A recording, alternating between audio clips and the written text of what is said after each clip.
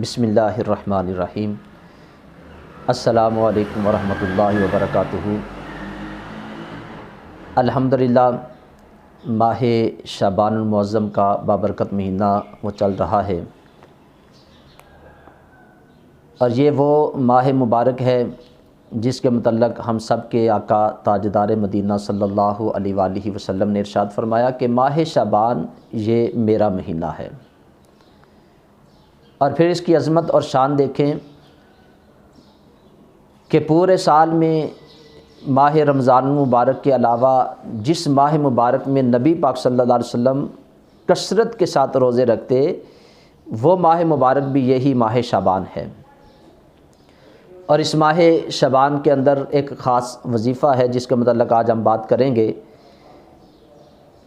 کہ جس وظیفے کو پڑھنے کی وجہ سے نبی پاک صلی اللہ علیہ وسلم کی روح مبارک خوش ہو جاتی ہے، اور اللہ تعالیٰ اپنے بابرکت فرشتوں کی ڈیوٹی لگاتا ہے کہ وہ اس بندے کے لیے قیامت تک کے لیے دعائے مغفرت کرتے رہتے ہیں۔ وہ وظیفہ کیا ہے؟ کوئی بڑا لمبا چوڑا وظیفہ نہیں، چھوٹا سا ایک وظیفہ ہے، چلتے پھرتے بندہ اس عمل کو کر سکتا ہے۔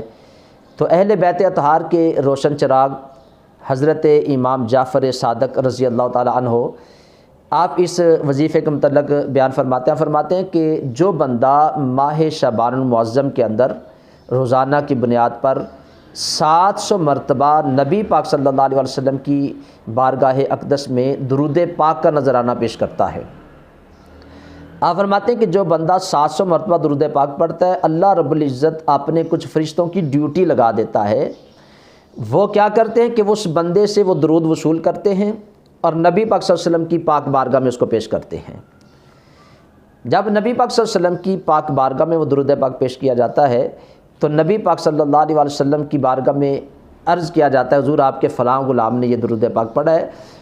تو آپ فرماتے ہیں کہ نبی پاک صلی اللہ علیہ وسلم کی روح مبارک اس عمل کی وجہ سے خوش ہو جاتی ہے، یعنی حضور اس بندے سے خوش ہو جاتے ہیں جو حضور کی بارگاہ میں درودوں کا نذرانہ پیش کرتا ہے۔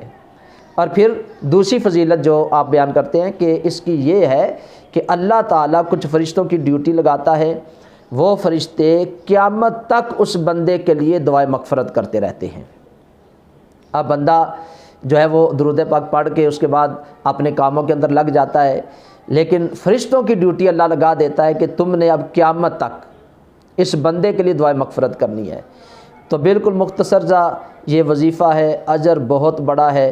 سب سے بڑا اجر تو یہ ہے، سب سے بڑی بات تو یہ ہے کہ ہمارے آقا ہمارے ساتھ راضی ہو جاتے ہیں، خوش ہو جاتے ہیں، حضور کی روح خوش ہو جاتی ہے کہ میرا فلاں غلام، میرا فلاں امتی میرے ساتھ محبت کا اظہار کر رہا ہے، میری ذات پہ درود پڑھ رہا ہے، اور پھر قیامت تک اس بندے کے لیے فرشتے دعائے مغفرت کرتے رہتے ہیں۔ تو بالکل مختصر عمل ہے، اجر بہت بڑا ہے۔ اور پھر نبی پاک صلی اللہ علیہ وسلم کی حدیث پاک بھی ہے، جو ایک مرتبہ میری ذات پہ درود بھیجتا ہے تو اللہ رب العزت 10 مرتبہ اس بندے پر رحمت نازل فرماتا ہے، 10 اس بندے کے گناہ معاف کر دیے جاتے ہیں، 10 اس بندے کے درجے اللہ کی بارگاہ میں بلند کر دیے جاتے ہیں۔ تو پھر ہمیں چاہیے کہ ہم اپنے آقا پر درود ضرور پڑھا کریں روزانہ کی بنیاد پر، ماہ شعبان کے علاوہ بھی روزانہ کی بنیاد پر ہمیں چاہیے کہ ہم نبی پاک صلی اللہ علیہ وسلم کی بارگاہ میں درودوں کے نذرانے پیش کریں۔ اور اس میں کوئی خاص درود پاک نہیں کہ خاص درود پاک پڑھیں یا لمبا کوئی درود پاک پڑھیں، آپ بالکل مختصر کوئی چھوٹا درود پاک بھی پڑھ سکتے ہیں۔ یہ بھی آپ پڑھ سکتے ہیں صلی اللہ علی حبیبہ محمد و آلہ وسلم، آپ یہ درود پاک پڑھ سکتے ہیں، یعنی 700 مرتبہ درود پاک جو پڑھے گا تو نبی پاک صلی اللہ علیہ وسلم کی روح مبارک اس اپنے غلام کے عمل کی وجہ سے خوش ہو جائے گی، اور اللہ رب العزت کے کچھ خاص فرشتے اس بندے کے لیے قیامت تک دعائے مغفرت کرتے رہیں گے۔ تو یہ ایک بڑا ہی خوبصورت وظیفہ ہے۔ تو ہمیں چاہیے کہ آج ہی ہم اس عمل کی کرنے کی نیت کریں۔ اللہ رب العزت کی بارگاہ میں میں دعا گو ہوں، اللہ تعالیٰ مجھے بھی آپ سب کو بھی اس پہ عمل کرنے کی توفیق عطا فرمائے، کثرت کے ساتھ نبی پاک صلی اللہ علیہ وآلہ وسلم کی ذات پر درودوں کے نذرانے پیش کرنے کی اللہ میں توفیق عطا فرمائے۔ ویڈیو اچھی لگتی ہے تو اس کو لائک کریں، دوست احباب سے ثواب کی نیت سے شیئر بھی ضرور کریں۔ اللہ تعالیٰ ہم سب کا حامی و ناصر ہو۔ السلام علیکم ورحمۃ اللہ وبرکاتہ۔